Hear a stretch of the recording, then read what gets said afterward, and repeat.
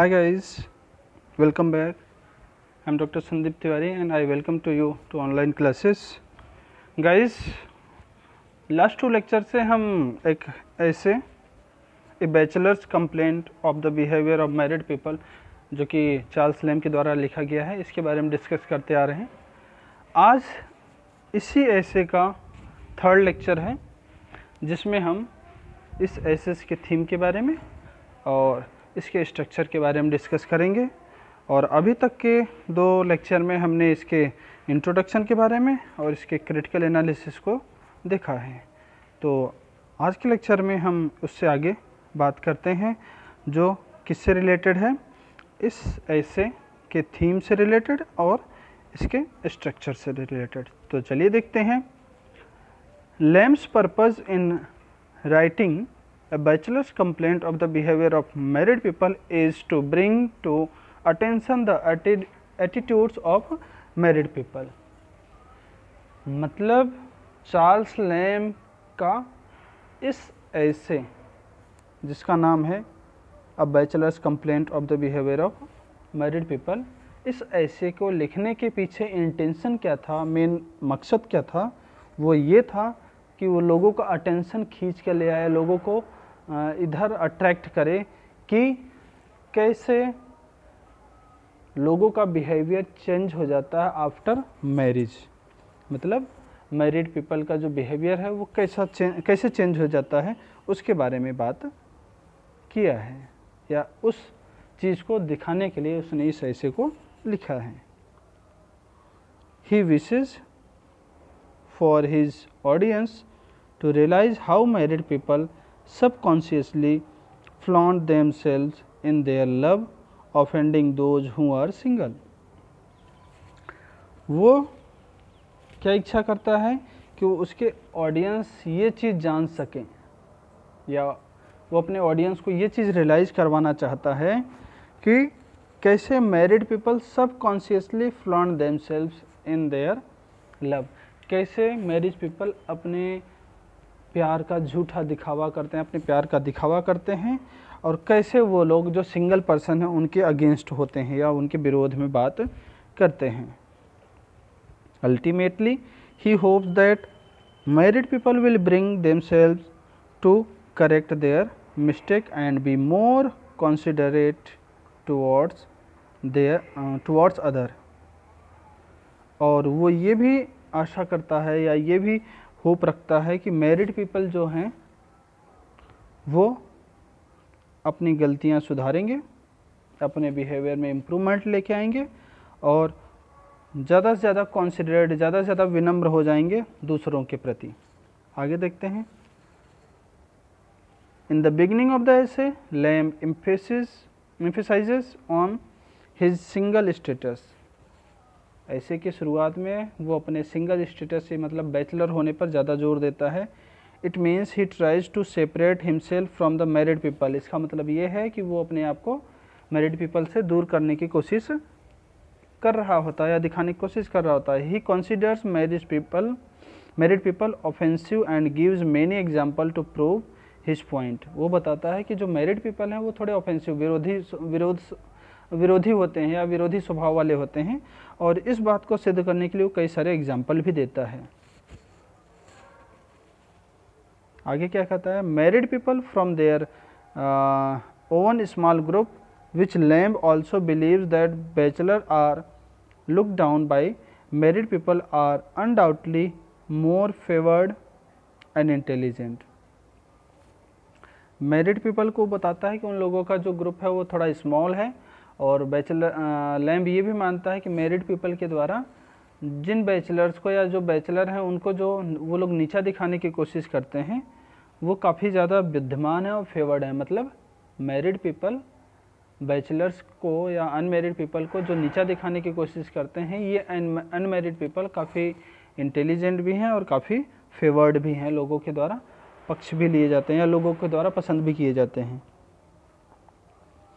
Main complaint of lamb is about show off made by married people of their love and happiness. जो main complaint है lamb का वो ये है, वो क्या है कि कैसे मैरिड पीपल दिखावा करते हैं अपने प्यार का या अपने हैप्पीनेस का।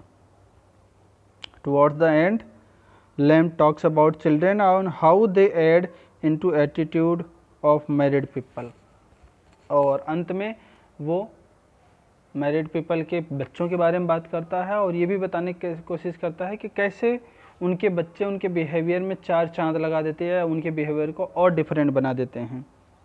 Lamb does not see any point in being proud of having children which is according to Lamb is not rare.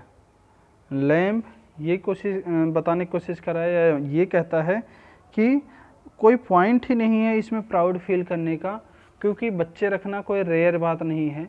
बच्चे रखना तो बच्चे तो जानवर भी रखते हैं और गरीब लोग भी रखते हैं, तो इसमें बच्चों का घमंड करना या बच्चे रखने के लिए घमंड करना ये कोई बड़ी बात नहीं है, इसमें घमंड नहीं करना चाहिए। आगे देखते हैं।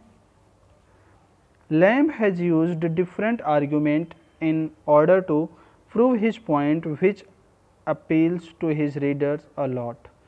लैम्ब ने बहुत सारे आर्ग्यूमेंट यूज किए हैं अपने पॉइंट्स को प्रूव करने के लिए, और यही सारे जो पॉइंट्स हैं, जो बहुत सारे उसने आर्ग्यूमेंट यूज किए हैं, ये उनके रीडर्स को या लैम्ब के रीडर्स को या पाठकों को बहुत ज़्यादा ही अट्रैक्ट करता है या उसको बहुत ज़्यादा इफ़ेक्ट करता है, अफेक्ट डालता है उनके ऊपर।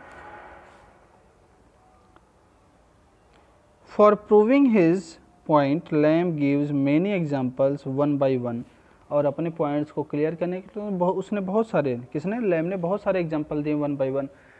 जैसा कि आपको बताया कि उसने कोई वाइफ अपने हस्बैंड को उसके बैचलर फ्रेंड से दूर करने के लिए क्या क्या एग्जाम्पल यूज करती है। फिर उसने ये भी बताया कि वो दो बार, एक बार डिनर के लिए बुलाया गया और एक बार डिनर पे उसको जो परोसा गया उसका एग्जाम्पल दिया कि कैसे डिफरेंटली बिहेव करते हैं वो लोग। तो बहुत सारे एग्जाम्पल देता है वो वन बाई वन करके अपने पॉइंट को प्रूव करने के लिए। आगे देखते हैं। However Lamb fails to address any positive aspect regarding married people, बोलता है कि लैम्ब इस ऐसे में एक जगह फेल हो गया कि उसने कोई भी पॉजिटिव पॉइंट या पॉजिटिवनेस नहीं दिखाया मैरिड पीपल के बिहेवियर का या मैरिड पीपल लाइफ का या मैरिड लाइफ का। He goes on talking about negative aspects only, वो केवल नेगेटिव एस्पेक्ट्स के बारे में बात किया है मैरिड पीपल के। There can be many positive aspects regarding married people but Lamb does not seems to be interested in that and that's why he leaves doubt in the reader. क्या कह रहा है आगे कि मैरिड पीपल या married life में भी कुछ पॉजिटिव क्वालिटीज़ हो सकती हैं, लेकिन लैम्ब ने उनमें कोई इंटरेस्ट नहीं दिखाया, वो केवल नेगेटिव ही नेगेटिव चीज़ें लेकर के आया। इस वजह से जो रीडर्स हैं वो थोड़े कन्फ्यूजन में रह जाते हैं या थोड़े कन्फ्यूज हो जाते हैं कि क्या शादी वाली लाइफ में या मैरिड लाइफ में केवल प्रॉब्लम ही प्रॉब्लम है, कोई अच्छाइयाँ नहीं हैं। इस वजह से वो कन्फ्यूज हो जाते हैं। आगे देखते हैं। Arguments used by Lamb are very sharp and penetrates deep in the heart of the reader. जो आर्ग्यूमेंट्स लैम्ब ने यूज किया है बहुत ही शार्प हैं और ये बिल्कुल भेद कर देते हैं या पेनिट्रेट या छेद कर देते हैं, है ना, किसको, हृदय में, हृदय को छेद देते हैं या हृदय में प्रवेश कर जाते हैं। आगे देखिए। By giving lots of example from journal and his personal life he establishes personal connection with the readers. उसने अपने आर्ग्यूमेंट के दौरान, अपने एग्जाम्पल के दौरान सामान्य सी चीज़ों के बहुत सारे एग्जाम्पल्स और बहुत सारे पर्सनल लाइफ से एग्जाम्पल्स दिए हैं और इस वजह से उसने रीडर्स के साथ एक पर्सनल कनेक्शन भी इस्टेब्लिश कर लिया है। आगे देखिए। He seems very successful in winning sympathy of single people as he himself is a bachelor। एक बैचलर होने के साथ साथ उसने सिंगल पर्सन की सिंपैथी गेन किया है, बहुत सारे सिंपैथी उसको मिल गई हैं।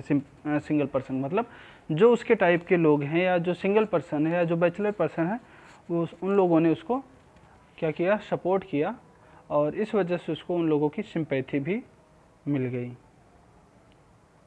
या उन लोगों के बीच में वो फेमस भी हो गया। आगे देखिए,